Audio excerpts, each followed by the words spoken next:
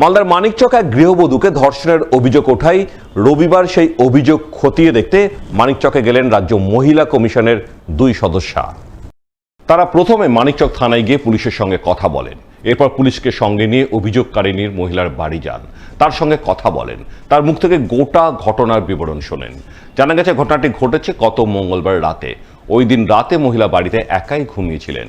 ওই সময় এলাকারই 3 যুবক তার বাড়ি যায়। এরপর এক যুবক তাকে জোরপূর্বক ধর্ষণ করে এবং বাকি 2 জনে মিলে গোটা ঘটনা ক্যামেরাবন্দি করে বলে অভিযোগ। এই ঘটনার পরের দিন মহিলা মানিকচক থানায় লিখিত অভিযোগ দায়ের করেন। তার ভিত্তিতে পুলিশ এক অভিযুক্তকে গ্রেপ্তার করে বলে খবর। আর এই খবর জানতে পেরে রবিবার অভিযোগকারিনীর মহিলা বাড়ি যান রাজ্য মহিলা কমিশনের 2 সদস্য। তাদের কাছে মহিলা কি অভিযোগ করেছেন তা শুনুন ওই মহিলার মুখ থেকেই। আমার সাথে খারাপ কাজ করেছে, আমাকে ধর্ষণ করেছে বাড়িতে। টোটোতে ঢুকঢুক করে বাড়ি মারছিল, আবার টোটোতে বাড়ি মারতে সাথ আমি উঠেছি, ঝাঁপ খুলেছি আর আমাকে জোরমস্তি ধরে নিয়েছে। জুয়েল শেখ ছিল, আর ওই যেটা ছেলেটার কথা বললাম ওই ছেলেটা, আর একটা রাজার বেটা ছিল। আমাকে চাক্কু দেখিয়েছিল, আমাকে চাক্কু নিয়ে মারতেছিল আর টাকা চাইতেছিল আমার কাছে। আপনাকে যখন ধর্ষণ করে না ভিডিও তুলে নি স্যার। আজকে কে এসেছিল আপনার বাড়িতে? মহিলা কমিশন। কি বললো ওরা বললো কি হয়েছে, কোনটা ঘটনা হয়েছে এটুকু জিজ্ঞাসা করলো। কার সাথে ঝামেলা আছে, কার সাথে কি আছে এটুকু বললো। আমাকে কেউ মেরে ফেলার চেষ্টা করছে, আমাকে হুমকি দিচ্ছে। কে হুমকি দিচ্ছে আপনাকে? আমাদের গ্রামের মানুষ হুমকি দিচ্ছে, বা ওই মেয়েটা আমাকে হুমকি দিচ্ছে। জুয়েল শেখের মা, জুয়েল শেখের মা আমাকে মেরে ফেলতে চাইছে, আমার বাড়ি ঘর বিক্রি করতে চাইছে। আমি ভয় পাচ্ছি কি আমাকে জান থেকে মেরে ফেলে দিবে, আমাকে মতন কাজ করবে। আমার স্বামীকেও মেরে ফেলার চেষ্টা করছে। এদিকে এই ঘটনা সম্পর্কে রাজ্য মহিলা কমিশনের 2 সদস্যকে ধরা হলে তারা জানান, সংবাদ মাধ্যম তারা গোটা ঘটনা জানতে পেরে মহিলার বাড়িতে এসেছেন। ঠিক কি ঘটনা ঘটেছে তা মহিলার মুখ থেকে শুনলেন। এর চেয়ে তারা বেশি কিছু বলতে নারাজ। চেয়ারপারসন আজকে যে ইনস্ট্রাকশন দিয়ে পাঠিয়েছেন সেটা ফলো করেছি আমরা। যা কথা বলার উনি বলবেন। আমরা এখানে স্পট ভিজিটে এসেছিলাম, ইম্পর্টেন্ট ঘটনা। আমরা এসেছি কমিশনের তরফ থেকে, পুলিশের থেকে প্রপার ইনভেস্টিগেশন, একটা ইন্টারিম রিপোর্ট নিয়েছি, একটা ফুল রিপোর্ট পরে নেব। আচ্ছা ম্যাডাম, যেটা হচ্ছে যে ঘটনার যেটা ঘটনাটা কি আসলে আমরা তো অন্য কোনো শুনেছি। দেখুন, এটা আমাদের এখন পুরোটাই তো ইনভেস্টিগেশন হচ্ছে, সুতরাং সেই বিষয়ে আমরা বেশি কথা কিছু বলতে পারবো না। যে ঘটনাটা সুমোটো কগনিজেন্স যেহেতু আমরা নিয়েছি, পেপারে যে নিউজটা বেরিয়েছে তার ভিত্তিতেই, সেই ঘটনার ভিত্তিতেই আমরা এসেছি এবং স্পট ভিজিট করলাম, ভিক্টিমের সাথে কথা বললাম এবং অফিসারের সাথে কথা বলেছি। যা যা তদন্ত করার ওনারা করছেন, আমরা আমাদের রিপোর্ট সাবমিট। জায়গা নিয়ে বিবাদের জেরে এক মহিলাকে প্রকাশ্যে বেধড়ক মারধরের অভিযোগ উঠল তার ভাসুর সহ তার পরিবারের লোকজনের বিরুদ্ধে। শনিবার বিকেল নাগাদ এই ঘটনাটি ঘটেছে মালদার মানিকচক থানার চৌকি মির্দাতপুর অঞ্চলের কালিন্দ্রি দামোদরপুর এলাকায়। ঘটনায় অভিযোগকারী মহিলার দাবি, তিনি নিজের জায়গায় রান্নাঘর তৈরির উদ্যোগ নিয়েছিলেন, কিন্তু সেই কাজে বাধা দেন তার ভাসুর সহ তার পরিবারের লোকজনেরা। আর তাই নিয়েই বাকবিতণ্ডা চলাকালীন হঠাৎ করেই তার ভাসুর সহ তার পরিবারের লোকজনেরা মিলে তার ওপর চড়াও হন, তাকে বেধড়ক মারধর করেন। এরপর তিনি গোটা ঘটনা জানিয়ে মানিকচক থানায় লিখিত অভিযোগ দায়ের করেন। তার ভিত্তিতে পুলিশ একজনকে আটক করে এবং বাকিরা পলাতক বলে জানা গেছে।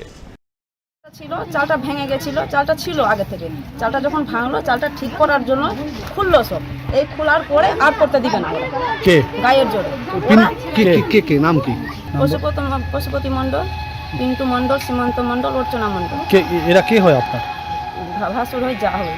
ভাসুরও মেরেছে, ভাসুরের ছেলেও মেরেছে, ভাসুর যাও মেরেছে। কিভাবে মেরেছে আপনাকে? বাড়ি থেকে টেনে ঘিসড়ে এখানে ঘিসড়ালো, ঘিসড়ে এখানে এসে চিৎ করে ফেলে দিয়েছে। আমার উপরে চেপে গিয়ে একবার এইরকম করে মারছে। দেখুন কি করে।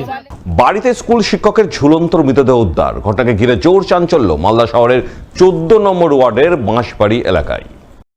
জানা গেছে, মৃত স্কুল শিক্ষকের নাম অতুল চন্দ্র মণ্ডল, বয়স 56 বছর। তিনি পেশায় ছিলেন মালদা শহরের উমেশচন্দ্র বাস্তুহারা উচ্চ বিদ্যালয়ের অঙ্ক বিষয়ের শিক্ষক। স্কুলের পাশেই তার বাড়ি। সেই বাড়িতেই একটি ঘরের মধ্যে রবিবার 7 সকালে তার ঝুলন্ত মৃতদেহ উদ্ধার হয়। পরিবারবর্গ আত্মহত্যার দাবি করেন, যদিও আত্মহত্যার কারণ সম্পর্কে তারা কিছুই জানাতে পারেননি। 7টা থেকে 9টার মধ্যেই মনে হচ্ছে যে এরকম কাজ করেছে, বা সুসাইডটা হতে পারে। দেখলাম তো যে এসেই দেখছি যে এভাবে আসে। কি করতো? চাকরি করতো কোন স্কুলে কিসের টিচার? বাসবাড়ি স্কুলে কিসের টিচার? ম্যাথ। কারণটা জানা গেছে কি কারণে ফাঁসি দিল? কারণ নেই। এমনি কারোর সাথে কথা বলেন নাকি? তবে স্থানীয়দের বক্তব্য, অতুলবাবুর স্ত্রী দীর্ঘদিন ধরে অসুস্থ রয়েছেন, সেই কারণে তিনি মানসিক অবসাদে ছিলেন। কারো সাথে সেভাবে কথা বলতেন না, একা থাকতে ভালোবাসতেন। তাই মনে হচ্ছে মানসিক অবসাদ থেকেই তিনি গলায় দড়ি দিয়ে আত্মহত্যা করেছেন। তবে সঠিক কী কারণে এই ঘটনা ঘটেছে, মৃত্যুর কারণ কি ইত্যাদি প্রশ্নের উত্তর খুঁজতে ইংরেজবাজার থানার পুলিশ দেহটি উদ্ধার করে ময়না তদন্তে পাঠিয়ে ঘটনার তদন্ত শুরু করে বলে জানা গেছে। আমাদের বিদ্যালয়ের ম্যাথের টিচার ছিলেন অতুলবাবু। তো আজকে আমরা সকালে ওই 9টা সাড়ে 9টার দিকে আমরা শুনলাম যে উনি হ্যাং করেছেন। এমনি আমরা তো আগে থেকে এরকম কিছু জানতাম না যে কোনো কারণে হতে পারে। তবে তিনি স্কুলে খুব চুপচাপই থাকতেন, তো সেই জন্য ওনার এই মৃত্যুটা আমরাও মেনে নিতে পারছি না। তবে এখন ওনাদের পারিবারিক কোনো সমস্যা বা অন্য কোনো পুলিশ আসলেই আমরা বুঝতে পারবো না, সে ব্যাপারে এখনও আমরা জানি না অতটা যে অন্তর্নিহিত কারণ কি। তবে এমনি যা শুনলাম তাতে একা উনি ঘরে যখন শুয়েছিলেন, রাতে উনি একাই শুয়েছিলেন, সকালে ওনারাও দরজা না খোলার জন্য জানলা দিয়ে দেখতে পান যে হ্যাং করেছে। সকালবেলা শুনলাম একটা কাজের মাসি এসেছিল, কাজের মাসি ডাকছিল, যখন ডেকে পাচ্ছিল না তখন মাসি সবাইকে বললো পাচ্ছি না, তখন দেখা হলো, ছেলে বাইরে হলো, ছেলে আবার খুললো দরজাটা, দেখছি বাবা মা। কী কারণে? ডিপ্রেশনে চলে গেছে, ওর বউ ছেলে অসুস্থ বলে ডিপ্রেশনে চলে গেছে। স্কুল মাস্টারি, উমেশচন্দ্র বাস্তুহারা বিদ্যালয়। অনেক দিন ধরে রোগ আছে তো বউয়ের, ওই ডিপ্রেশন।